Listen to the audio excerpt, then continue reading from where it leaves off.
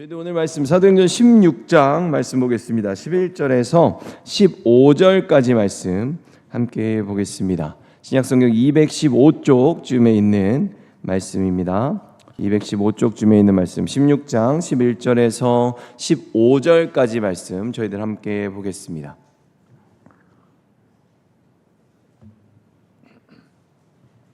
(11절에서 15절까지) 말씀 저희들 함께 한 절씩 교독하겠습니다. 제가 먼저 읽고 마지막 말씀 같이 보겠습니다. 우리가 드로아에서 배로 떠나 사모드라게로 직행하여 이튿날 네아폴리로 가고 거기서 빌립보에 이르니 이는 마게도냐 지방의 첫 성이요 또 로마의 식민지라. 이 성에서 수일을 유하다가 안식일에 우리가 기도할 곳이 있을까 하여 문밖 강가에 나가 거기 앉아서 모인 여인들에게 말하는데 두아드라시에 있는 자색 옷감 장사로서 하나님을 섬기는 누르디아라는 한 여자가 말을 듣고 있을 때 주께서 그 마음을 열어 바울의 말을 따르게 하신지라. 함께 읽겠습니다. 그와 그 집이 다 세례를 받고 우리에게 청하여 이르되 만일 나를 주 믿는 자로 알거든 내 집에 들어와 유하라 하고 강건하여 머물게 하니라. 아멘. 저희들 오늘 이 본문 가지고 주님이 찾으시는 한 사람이란 제목으로 함께 말씀 나누겠습니다. 여러분 지금요 바울과 실라 그리고 디모데 이렇게 셋이서 함께 일행이죠. 그래서 그들이 1차 전도 여행 때 복음을 전했던 그 갈라디아 지방에 있던 교회들을 이제는 다 돌았습니다. 그리고 그들이 그곳을 안정시켰다라고 말했어요. 무엇을 가지고 안정시킵니까? 당연히 복음이죠. 그러나 예루살렘 공의회에서 교회가 함께 정한 그 규례들, 그것들을 그들에게 가르침으로써 교회는 믿음을 더했고 날마다 그 수를 더했다라는 결론을 저희들에게 들려줬죠. 그 갈라디아 지역에 있던 교회들도 할례와 율법의 공격을 받았기 때문이에요. 그런데 이 갈라디아 지역에 있는 1차 전도 여행의 중심지였던 이 교회들만 안정시키고 다시 바울의 본 교회인 수리아 안디옥으로 돌아가지 않았고요. 그 비시디아 안디옥을 중심에 두고 갈라진다 그랬죠. 그래서 오른쪽이 갈라디아고 비시디아 안디옥의 왼쪽이 아시아고 비시디아 안디옥의 위쪽이 비두니아라는 지역이었어요. 그래서 갈라디아에는 복음을 전했으니까 이제는 아시아에 전하고 또 비두니아에 전하려고 했는데 그 양쪽으로 다 가려고 애를 썼음에도 불구하고 성령께서 그들의 길을 막으셨습니다. 그런데 여러분 저희가 여기서도 잘 생각해야 될 게 있어요. 뭐냐 하면 그들이 가고자 했지만 가지 못했던 지역 중에 지금 아시아 지역이 있죠. 근데 이 아시아 지역에서 가장 중심이 되는 그 장소가 바로 에베소입니다. 그러니까 지금은 2차 전도 여행이잖아요. 그런데 이 에베소가 3차 전도 여행의 핵심 지역이 된다는 말이에요. 그러니까 제가 지금 무슨 얘기를 하는 거 아냐면 지금 성령께서 바울과 그 일행을 막으시는 게 무슨 복음 자체를 전하는 걸 막으셨다는 게 아니고 아직 그 에베소라는 지역에 하나님께서 복음을 허락하실 때가 안 됐다고 보는 게 하나님이 순서를 정하고 계신다고 이해하는 게 더 맞다는 겁니다. 어떻게 주님께서 복음 전하는 것 자체를 막으실 수가 있겠어요? 그렇죠? 그런데 주님의 계획 가운데 그 순서를 정하신다라고 이해하면 더 좋을 것 같습니다. 그래서 계속 그쪽으로는 못 가게 하시는 상황이 계속 이걸 하려고 그래도 이것도 잘 안 되고 이걸 하려고 그래도 이것도 실패하고 이러니까 이게 하나님 뜻이 아닌가 보다 라고 하면서 바울이 계속해서 어디까지 올라가냐 하면 아시아 지역에서 넘어서 유럽 지역으로까지 넘어가는 유럽을 바로 앞두고 있는 그 드로아라는 그 동네까지 바울이 올라가게 되는 거예요. 다니는 곳에서 계속 복음을 전하려고 그러는데 그게 막혔던 거죠. 그래서 드로아까지 올라간 거예요. 그 드로아는 항구 지역인데 드로아에 딱 다다랐을 때 거기서 바로 환상을 보게 되는 겁니다. 그게 9절과 16장의 9절과 11절이죠. 제가 다시 읽어보면 밤의 환상이 바울에게 보이니 마게도냐 사람 하나가 서서 그에게 청하여 이르되 마게도냐로 건너와서 우리를 도우라 하거늘. 바울이 그 환상을 보았을 때 우리가 곧 마게도냐로 떠나기를 힘쓰니 이는 하나님이 저 사람들에게 복음을 전하라고 우리를 부르신 줄로 인정함이러라. 아멘. 이렇게 되어 있습니다. 그러니까 한 마게도냐 사람이 이제 그 항구 도시인 드로아 이쪽 대륙의 끝까지 왔는데 여기서 마게도냐 사람의 환상을 본 거예요. 그런데 지금 본문을 보면 마게도냐로 건너와 우리를 도우라 라고 본문에 이렇게 되어 있거든요. 그러니까 우리를 도우라라는 이 본문만 보면 이게 이 마게도냐 사람이 환상에서 부탁을 한 건지 아니면 명령을 한 건지 이게 조금 애매하거든요. 그런데 사실 이 표현은 굉장히 간절하게 애원하는 간청에 쓰는 표현입니다. 그래서 원어의 그 설명, 그 표현을 보면 굶주린 거지가 죽기 직전에 죽을 것 같아서 정말 아주 작은 음식이라도 나에게 달라는 그 두 손을 모아서 절박하게 간청할 때 쓰는 표현이라고 사전에선 설명한다는 거예요. 그래서 이처럼요, 바울의 생각과는 달리 하나님의 계획은 지금 어떤 거예요? 이 아시아나 비두니아 지역이 아니라 이제 새로운 대륙, 유럽 대륙으로 배를 타고 아예 넘어가서 거기서 복음을 전하는 것, 그 지역을 개척하는 걸 하나님이 원하셨다는 거지요. 그래서 바울과 일행이 드로아에서 배를 타고 이제 유럽 지역으로 건너갑니다.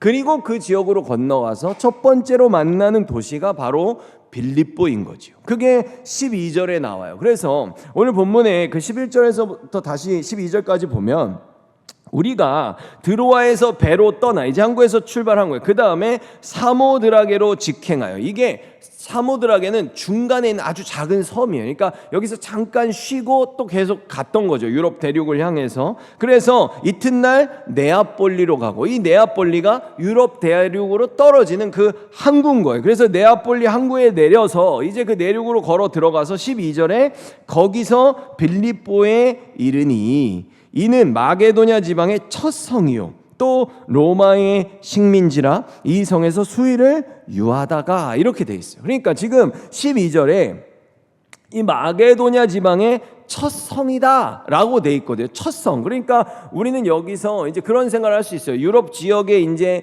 대륙에 딱 떨어지고 첫 번째로 만나는 성이라는 뜻이구나, 이렇게 생각할 수 있는데, 여러분 혹시 그 설명 있는 성경책들 혹시 있으신 분들 보면 밑에 그런 식으로 써 있어요. 첫째 가는 성이다, 이렇게 설명돼. 이게 무슨 뜻이냐면 첫 번째로 만난 도시라는 뜻이 아니라 이 지역, 이 마게도냐라는 지역에서 이 빌립보 도시가 가장 으뜸 가는 성이다, 중심 도시다, 이런 뜻을 가지고 있는 겁니다. 그래서 지난 시간에 어떤 설명을 드렸어요? 알렉산더 대왕의 아버지의 이름을 달아가지고 그 빌립이라는 이름을 달아서 지은 도시이기 때문에 아주 중요한 도시고 으뜸 가는 중심 도시라고 말씀을 드렸죠. 근데 지금 본문을 보면 12절에서는 또 어떤 그 이제 얘기를 하냐면 로마의 식민지다, 이렇게 말하죠. 여러분, 우리가 일반적으로 생각하는 식민지는 어떤 겁니까? 우리가 일제시대 때 식민지를 당해봤잖아요. 그죠? 강제로 다스리는 그런 식민지를 떠올리죠. 그런데 성경에 나오는, 지금 이 사도행전의 바울서신에 나오는 식민지는 다른 겁니다. 이 시대의 식민지는 다른 나라로부터 점령을 당하고 그 지배와 속박 가운데서 살아가는 그런 식민지를 말하는 게 아니에요. 이때의 식민지는 반대로 좋은 의미를 갖고 있어요. 그러니까 어떻게 좋은 의미냐면 그 지역을 점령하잖아요. 점령한 지역 중에 제일 중요하고 제일 좋은 동네에다가 전승국의 국민들의 집단 거주지를 만들어 세웁니다. 그래서 이 빌립보는요, 로마인들에게 있어서 굉장히 중요한 도시였고, 그래서 이 빌립보가 가진 별명이 뭐였냐면 작은 로마였어요. 그러니까 로마 사람들을 완전히 이주시켜서 로마를 또 하나 그 중심에 하나 만들어 놓는 그 정도로 관심이 있고 지원이 많이 되었던 그런 중요한 도시였다는 거예요. 그래서 많은 로마 사람들, 특별히 누구라 그랬어요? 군인 출신들이 모여 살던 아주 중요한 도시였습니다. 그렇게 오늘 지금 바울과 그 일행이 이제 그 하나님의 부르심으로 인해서 빌립보에 도착을 했단 말이에요. 그런데 거기는, 빌립보는 뭐라 그랬어요? 그 흔한 유대 회당 하나가 없었다고요. 성인 남성 10명만 모이면, 유대 성인 남성 10명만 모이면 회당을 세울 수 있었는데 그만큼 로마인 중심의 도시였다고. 그러니까 바울이 조금 의아했을 수도 있을 것 같아요. 우리를 다른 데 다 못 가게 하고 열로 오게 해가지고 왔는데 지금까지 복음을 전해왔던 어떤 선교의 방식이고 패턴이 있잖아요. 근데 그것들 지금까지 쌓았던 경험이나 노하우를 펼쳐낼 수 없는 지역이었단 말이에요. 왔는데 회당부터가 없었단 말이에요. 그러니까 바울이 거기서 수위를 유하다가 지금 어디를 찾는 거예요? 안식일에 기도할 곳을 찾아다니는 거죠. 왜냐면 안식일에 회당을 가야 되는데 회당이 어디 가서 예배할 데가 없으니까 강가를 찾아다니는 거예요. 그래서 원래 유대 회당으로 갔는데 없으니까 강가에 가서 기도를 했다라고 말한단 말이에요. 그런데 여러분, 원래 유대인들은요, 자신들의 예배의 처소가 없는 곳에선 유대인들은 원래부터 강가를 찾아다녔습니다. 그게 언제부터 그랬는가 하면 자신들의 나라를 다 빼앗기고 예배할 수 있는 성전도 다 파괴되고 바벨론 땅으로 끌려갔을 때.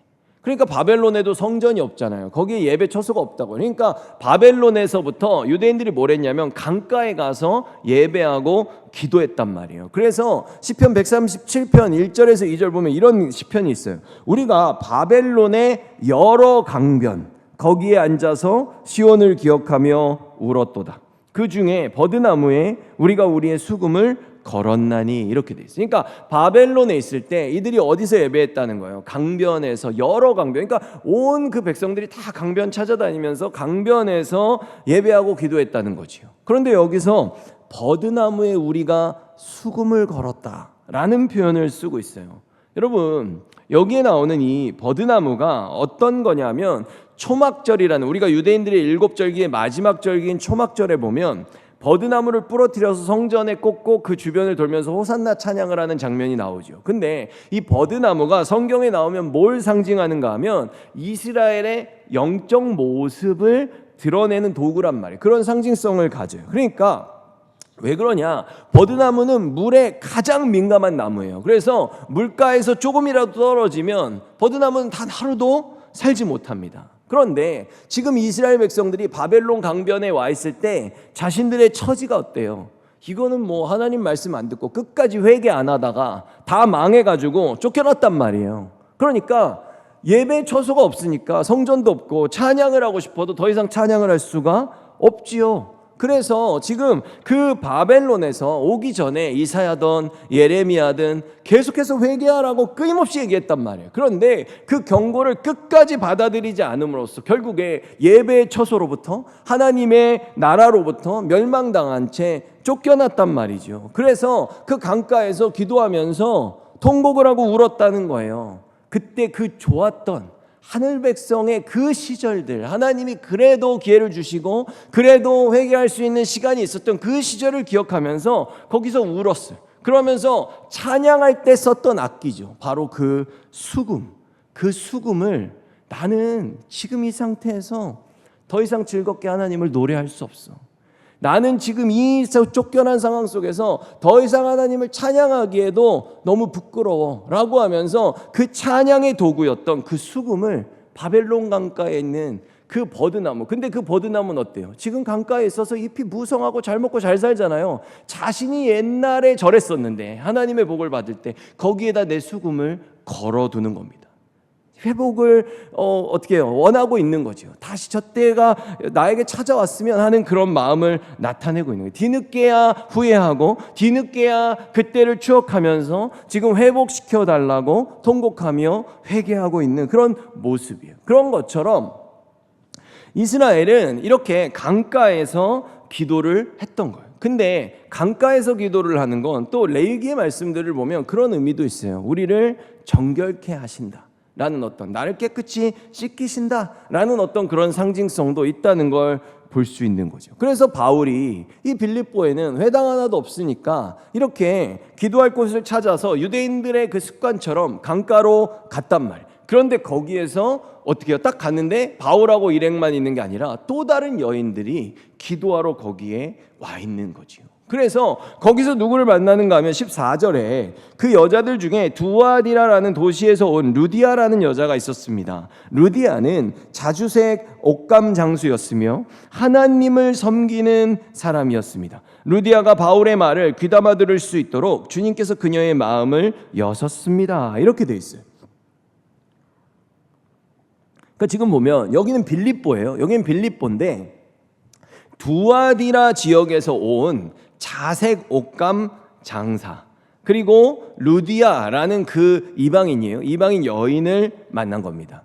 그런데 흥미롭게도요, 여러분 여기서 루디아라는 이름은 실제로 사람의 이름이라고 보기보다는 그녀를 그 동네 사람들이 부르던 호칭이라고 보고 있어요. 왜냐하면 두아디라 지역에 그 안에 보면 리디아라는 지역이 있었던 거예요. 근데 리디아라는 지역에서 온 여인이라는 그런 의미를 이 루디아라는 호칭이 가지고 있기 때문입니다. 그래서 여러분 우리도 그런 게 있어요. 먼 곳에서 와서 이렇게 서울에서 사시는 분들한테 뭐 순천댁이라든지 아니면 제주댁이라든지 이렇게 우리가 부르잖아요. 그런 것처럼 지금 루디아는 리디아라는 동네가 실제로 있고 그 두아디라 지역에 그 동네가 있어서 그 리디아 출신이라고, 그래서 우리가 뭐 루디아 댁 이렇게 불렀다고 보통 학자들은 보고 있습니다. 근데 이 두아디라라는 곳, 이 리디아가 있는 두아디라는 지역은 원래는 어디에 있는 지역인가 라고 하면 또 하나님도 되게 재밌으신 거예요. 왜냐하면 이 리디아, 두아디라가 바로 바울이 가려고 했는데 막혔던 아시아에 있는 지역이기 때문입니다. 그래서 우리가 이 소아시아에 있는 7교회, 요한계시록 보면 7교회가 나오죠. 거기에 두아디라 교회가 있는 걸 우리가 볼 수 있잖아요. 그러니까 아시아에 있는 그 두아디라에서 지금 빌립보까지 올라와 가지고 어떻게 해요? 사업하면서 살고 있던 여인인 거지요. 그런데 여러분 여기서 아주 굉장히 많은 정보가 나오고 있어요. 왜냐하면 이 두아디라가 어떤 도시인가 하면 당시에 유명한 상업도시였어요. 그래서 두아디라는 굉장히 부자 동네였음과 동시에 지금으로 말하면 공단이었던 거예요. 옛날에 저희도 공단, 구로공단이잖아요. 그렇죠? 그런 것처럼 두아디라가 그런 흡사한 지역이었던 거예요. 그래서 이 두아디라에 딱 가면 거기에 뭐가 있냐면 온갖 공장들과 상업 협동조합들이 모여 있었어요. 가죽 제품, 양털, 뭐 그 그릇들 만드는 토기장이, 구리, 세공, 뭐 세마포, 다양한 옷감 이런 게 있었는데 특별히 이 지역에서 발달했던 게 바로 옷감 생산과 염색업이었습니다. 그래서 지금 여기서 여러분 요새 같으면 우리가 옷감에다가 어떤 특정 색을 넣는 게 뭐 염료만 이렇게 인공 염료들이 많으니까 넣으면 어렵지 않죠. 그런데 예전 시대로 올라가면 올라갈수록 고대에는 염색업이 굉장히 이렇게요 손이 많이 가는 작업이었습니다. 게다가 재료도 다 천연 재료들을 골라서 그 색을 똑같이 내야 되는 거잖아요. 그러니까 원하는 색을 얻기 위해서 재료를 구하는 게 쉽지 않았단 말이에요. 제가 작은 예를 들어보면 이거는 구약의 성서시대에 나오는 그 구약시대의 자색이에요. 지금 여기 나오는 자색은 재료가 달라요. 이따가 말씀드릴 건데 성서시대에 나오는 자색은 뿔고등이라는 이렇게 뾰족한 소라예요. 좀 사람 손바닥보다 좀 작게 생긴 소라인데 이 소라 안에서 그 액체가 나온다고. 그 기관지 안에서 액체가 나오는데 그게 자색이었단 말이에요. 그래서 그거를 이렇게 또로로 따라가지고 모아가지고 이제 그걸로 염색을 하는데 저희가 50cm 한 요 정도 되겠죠. 50cm로 된 이렇게 정사각형 천을 염색하는데 당시에 뿔고등이 10,000개가 필요했다고 전해지고 있어요. 그러니까 여러분 이게 얼마나 그거를 다 주워다가 그거를 또 다 짜내가지고 염색하고 색깔을 맞추고 그게 얼마나 많은 손이 이게 들어가는 작업이냐는. 그래서 재료도 구하기 힘들었을 뿐만이 아니라 굉장히 비쌌단 말이에요. 그런데 지금 이 리디아, 그러니까 이 루디아가 온 이 두아디라 지방에 뭐가 있었냐면 두아디라 지역에 있는 그 계곡에서만 자라는 식물의 뿌리가 있었어요. 그 뿌리에서 또 자색이 나왔던 거죠. 이게 이 두아디라 지방의 특산품이었단 말이에요. 그래서 이 자주색 옷감이 두아디라 지방에서만 구할 수 있는 대표적인 상품이었단 말이에요. 그러니까 이 성서 지역에서 이 성서 시대에는 자색이요 굉장히 귀한 색깔이었습니다. 여러분 지금 저희가 누가복음 15장 보고 있지만 이제 16장 넘어가면 거기에 거지 나사로하고 부자 이야기가 나와요. 근데 그 부자를 소개할 때 자색 옷을 입었다 이런 표현이 나오거든요. 근데 당시에 이 자색 옷이 너무도 고가여가지고 왕족이나 높은 귀족들만 입었던 옷으로 알려져 있습니다. 그러니까 여러분 요새는 다 입고 싶은 옷을 입잖아요. 그런데 이런 성서시대만 해도 그들이 입고 있는 옷 자체가 그들의 신분을 나타냈단 말이에요. 그러니까 부자와 나사로도 보면 거기에 나오는 부자가 자색 옷을 입었다는 건 그 사실 하나만으로도 이 사람이 굉장히 높은 사람이었다는 거, 굉장한 부자였다는 걸 보여주는 거죠. 그래서 많은 학자들은요, 이 루디아가 굉장히 부유한 여인이었을 거라고 보고 있습니다. 한마디로 어때요? 두아디라 지역에서 생산한 그 고급 자색 옷감을 가져다가 아주 유명한 상업도시인 이 빌립보 지역에서, 두아디라와 함께 빌립보도 상업도시인데 상업도시인 이 빌립보에서 판매하는 성공한 사업가인 그런 루디아로 보는 거지요. 그리고 여기서 나오는 게 이 루디아를 뭐라고 말하냐면 하나님을 섬기던 여인이었다라고 표현하거든요. 그러니까 여러분, 이건 또 무슨 의미를 갖냐 하면 루디아는 이방인이에요. 그러니까 유대인 출신은 아닌데 루디아가 신앙을 어디서 가졌다는 거예요? 유대 회당에 가서 여호와 하나님을 만나고 하나님을 신앙하던 여인이라는 걸 말하고 있어요. 이걸 똑같은 설명이 누구에게도 있었냐면 고넬료한테도 이 설명이 있었습니다. 그래서 사도행전 10장 2절 보면 고넬료는 경건한 사람이었습니다. 그와 그 집에 사는 모든 사람이 하나님을 경외하며 라고 말하죠. 백성을 많이 구제하고 하나님께 항상 기도하더니. 지금 루디아가 하는 행동하고 똑같죠. 그러니까 고넬료도 유대 회당에 다니면서 어떤 거예요? 유대인들은 전 세계 각지에서 회당을 세웠단 말이죠. 그러니까 지금 로마의 백부장이었던 고넬료, 그리고 지금 빌립보에서 장사를 하고 있는 두아디라 출신인 루디아, 이들 모두가 유대 회당에서 복음을 들었고 이들은 하나님을 믿고 있는 거죠. 근데 하나님을 믿되 아직 누구는 모르는 거예요. 유대인들이 기다려왔던 메시아인 예수님은 아직 만난 적이 없는 거예요. 그러나 그 하나님을 향한 이들의 신앙이 굉장히 신실했다는 겁니다. 그런데 지금 이 루디아가 기다리고 있는, 유대인들이 기다리고 있는 그 메시아, 근데 바울이 볼 땐 그 메시아는 이미 오셨잖아요. 그 예수님, 그 메시아에 대한 복음을 어떻게 해요? 베드로, 그러니까 신실한 고넬료에게는 하나님께서 베드로를 보내신 거고, 지금 또 신실한 루디아에게는 하나님께서 지금 누구를 보내신 거예요? 바울을 보내주신 거지요. 여러분, 너무나도 이게 재밌는 거예요. 왜냐하면 위대한 바울 아닙니까? 근데 그 바울이 가려고 했던 그 다른 길들을 다 막으셨어요. 그런 다음에 마게도냐 사람의 환상까지 보여주시는 그 놀라운 역사를 통해서 지금 이 신실한 루디아 하나를 만나게 하시려고 지금 하나님께서 바울을 여기까지 인도하셨다는 거예요. 이게 너무나도 놀랍다는 거지요.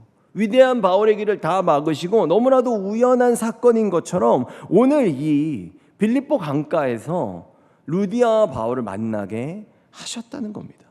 여러분, 사실 이 루디아란 여인은요, 그녀의 이제 집으로 가서 가족들을 만나는 장면을 볼 때 저희가 오늘 보는 이 사도행전 본문에서 전혀 루디아의 남편에 대한 정보가 아예 나오지를 않고 있어요.